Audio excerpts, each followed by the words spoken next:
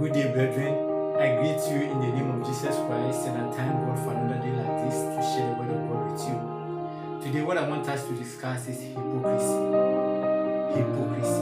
Who is a hypocrite? I believe at the end of this message, you'll be able to know whether you yourself are a hypocrite or your brother or any other person is a hypocrite. Then you know the way forward. But I know that you're going to share this message so that your friend will know.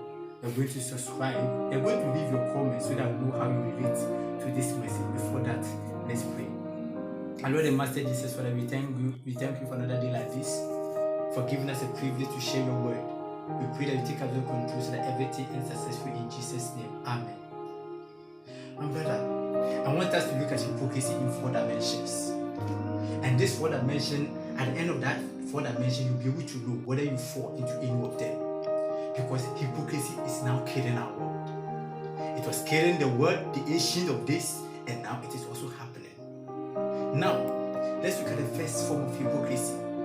The first form of hypocrisy is when Jesus Christ told the disciples in Matthew chapter 23. If you read downwards, Jesus Christ told the disciples that whatever the Pharisees preaches to you, whatever they say, go by it. Why?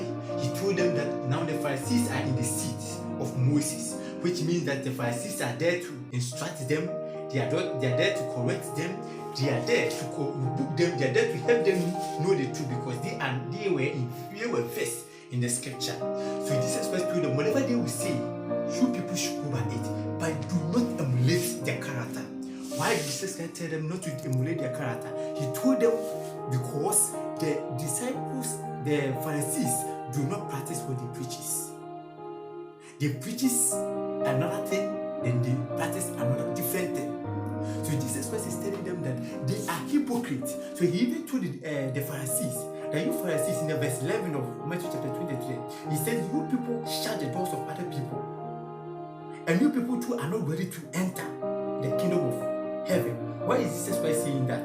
First, the Pharisees are not going to enter the kingdom of heaven because of their attitude. Because God is not looking at what they preaches. He's looking at both what they preaches and what they practice. And because they are not practicing what they preaches, it means that their doctrines that is not valid. It doesn't hold any water. So it means that for they themselves, they are not going to enter because they know the right thing and they have decided not to go by it. Again, he said they were going to shut the doors of other people. Why?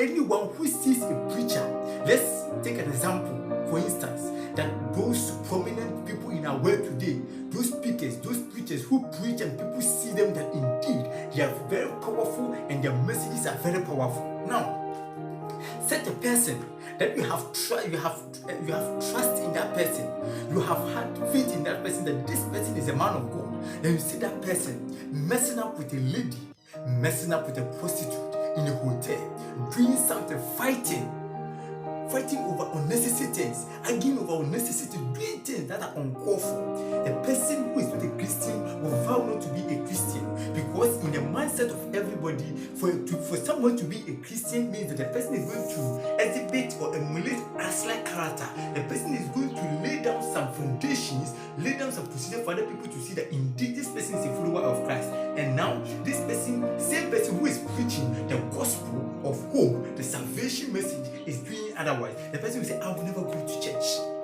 If it's to go to church, I won't. Because even that very people, that elders, that preachers, that evangelists are doing otherwise. So it means that they're shutting the doors of other people, and that is hypocrisy. So this tells you that if you do not practice what you say, if what you say is different from your own character, it means that you are a hypocrite. Let's take an example for our musicians, for instance. You see them that the kind of songs they sing is so inspirational, but when you look at the video, if you look at their performances, they ask yourself, is this not this person who is praising God? This person who is adoring God? Look at the way he's praising, look at the way he's saying the words, and look at what he's practicing in the video. It makes you say that no.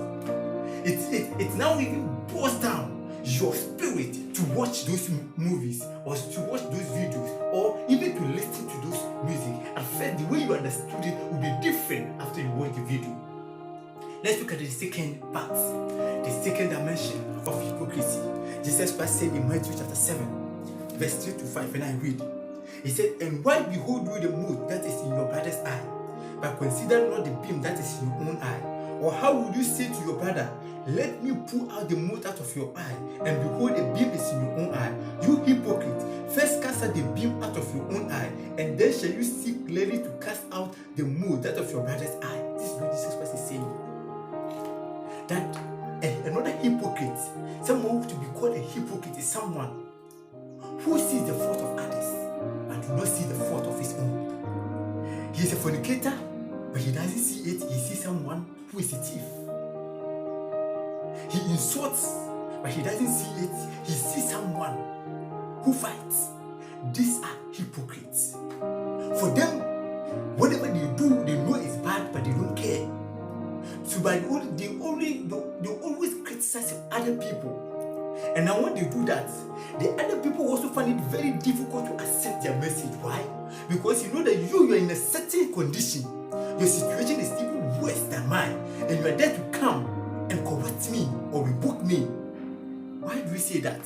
If you look at even magnet, you see like post repairs, unlike post attract. For you to be able to speak to the heart of somebody, you have to be a different person from that person. But the person see you in the same situation. What you're doing, even though you're not doing what he is doing, but what you're doing is similar to what he or she is doing. So why do you come and correct that person? That is what Jesus Christ said. You, first of all, take out the mote out of your eye, so that you can see clearly. Because you yourself are into sin, because you yourself are into similar situation, you do not even have the good heart to rebuke the person. That is why sometimes you go out there to correct people and it turns to a fight, because you yourself are not in the good ground. So Jesus Christ is not saying that you should not correct somebody, but what he's saying is that you yourself you have a problem. So try and correct your problem. Try to do away with that sin. Try to do away with that habit, that attitude. Try to do away with it so that you have the courage to also correct your brother. So this is another form of hypocrite. So you know yourself. If a hypocrite, you know. If I am a hypocrite, I know. If I sit on my own sin and try to open up some people's sin, that is what they call another hypocrite.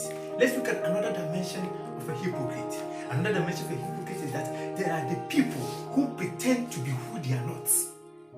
They pretend to be who they are not. Well, how do you see those people?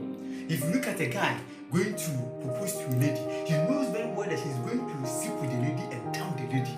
But he will say all manner of words for the lady to see that he is an angel from God. He's someone who is not going to disappoint her. He's someone who is not going to let her down. But in his mind, it's different. It means that he has given a certain picture of himself to the lady of which he is not.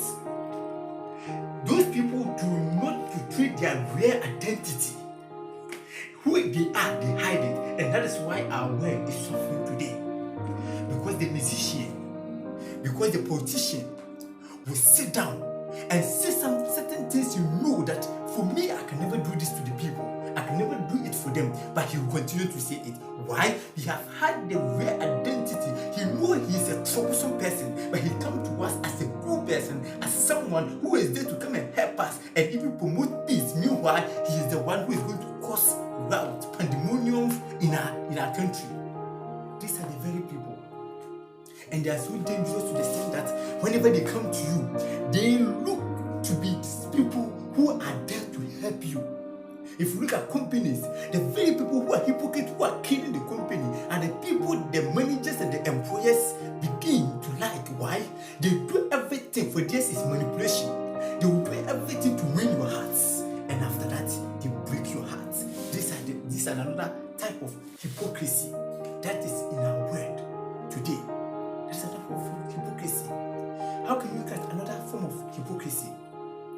There are some people, for them, they only see what is going on. They will say it, but for them, let me put it in this way so that you can understand it better. Let's look at someone who is trying to correct somebody that you don't do this, but he go out there and tell people, oh, you can do it. In fact, there are people who try to defend something at a point, and the same thing, they promote it, they encourage it, that it should be done. Now, let's look at maybe a lady who is in the church. The lady in the church will portray everything for the men and everybody in the church to know that she's a courteous lady. But then when you go out to some places, he messes up. So those people, they have two different lives. They don't have one life. Two different lives. Whenever they are, if you don't know them, they are different. And that is why there are a lot of divorces coming on. Why would I say a lot of divorces? Maybe the person saw this lady as a courteous. The lady projected herself to him that she's a very good person. But at the end of the day, after marriage, you see that the lady is a mess up than even a prostitute he has ever met. That is what is going on. These are hypocrites. And the message I want to give it out is that sometimes when you're a hypocrite, whatever you do is to make sure you hide it from people. Whatever you're doing, your main motive is that you conceal yourself from people, and that people will not be able to identify that this is not who you are. You try to let people know that you are so good, you are so kind, but at the end of the day, you are never like that. Sometimes you forget the one who is out there. You conceal yourself from other people, but you look up. You did. I wish you be like David. You know very well what David did. David was a king. But then, David took someone's wife, not an ordinary person, someone who had devoted his life to fight for his own nation, to fight for his own country, Uriah. So because of his sinful deed, he have to allow them to take Uriah to the war front to be killed. And after that, because he knows that Uriah has been killed, now nobody will be able to know the sin he has committed. But God knew it. So God sent Nathan to David.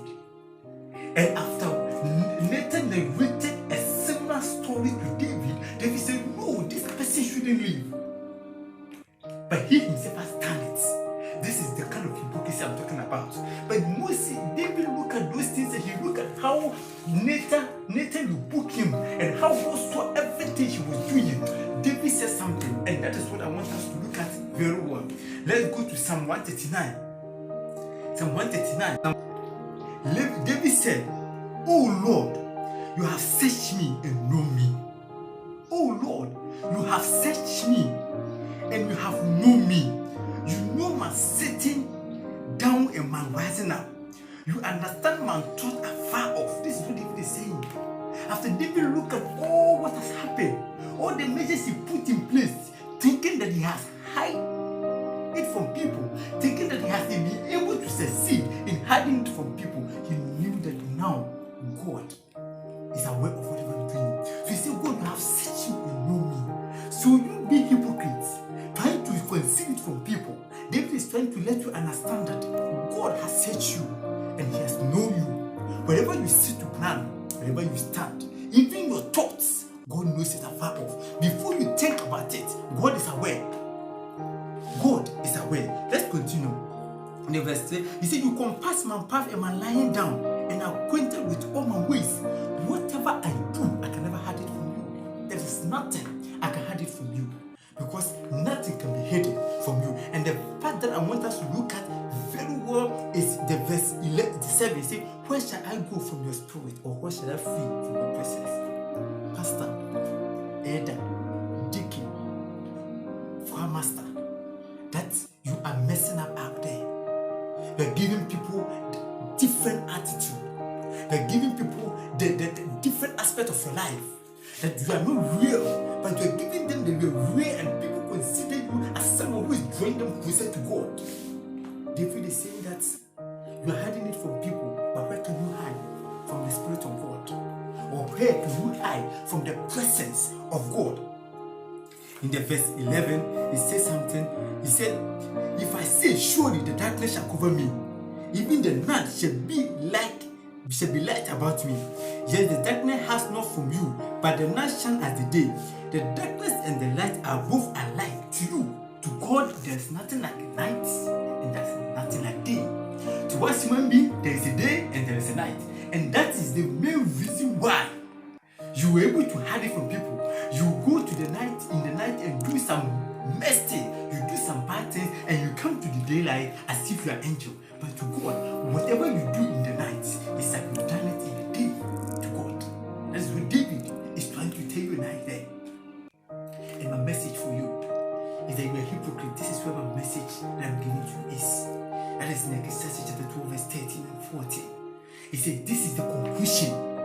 the whole matter.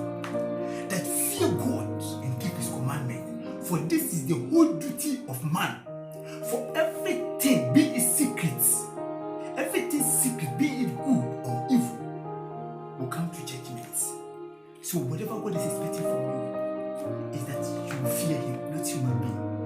Why do you fear human being? At the end of the day, if human being sees that you're fornicating, what kind of person do to you? At the end of the day, when you fight with somebody and they take you to court, at the end of the day, they can kill the body, but they can't kill the soul. But you should fear the one who can kill the body and kill the soul. Because a day is coming. He's saying the conclusion of the whole matter is that you don't fear human beings. You don't fear your church members. You don't fear your community members. But who you fear is God. Whatever you're doing, you ask yourself that whatever I'm doing, does it please God? Does it fall under the patterns of God's commandment? That is what you should look at. And say everything you do, I like the word I use, secret, because hypocrites are very secretive. So now, whatever you are doing that you think you have succeeded in hiding it from people, a day is coming, it will be in a broad daylight. A day is coming, God will unveil it. You know very well that if what you're doing has been revealed, if what you're doing has been uncovered, you cease to be a president. You know very well that it has been uncovered, you cease to be a pastor. You know very well that what you've been doing in secret, if it is to be revealed, you cease to be whoever you are. You cease to be the company's manager. You cease to be whoever you are. So, my brother, my sister, you know yourself better than everybody does. Hypocrites are very difficult to be identified by people. So what I'm telling you is that, my brother, my sister, God at the end of the day will bring everything into judgment. So why don't you fear God instead of human being? Why don't you try to do things to please God instead of doing things to please human being? A day is coming that God is going to judge you.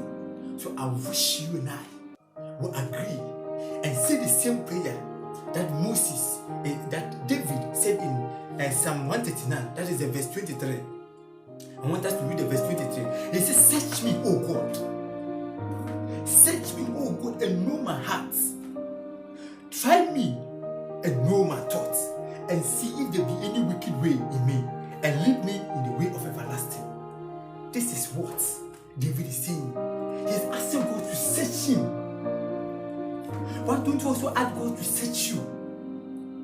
Why don't you ask God to know your heart and to try your thoughts? Why don't you ask God? Because you know you have been hypocrite for long. Sometimes you sit down and ask yourself, is who I am, if people get to know, what should I do? Sometimes it puts some fear, but the devil tells you to move on, so you do. But then when the message has come to you, that whatever you're doing has an end, and you can hide it from people, but God, you can't. So why don't you ask God to search you? He created you. He knows you better than you do. So ask God to search you. Ask God to draw you closer and find if there is any wicked way in you. Those things that you're doing in secret, ask God to find it out and help you.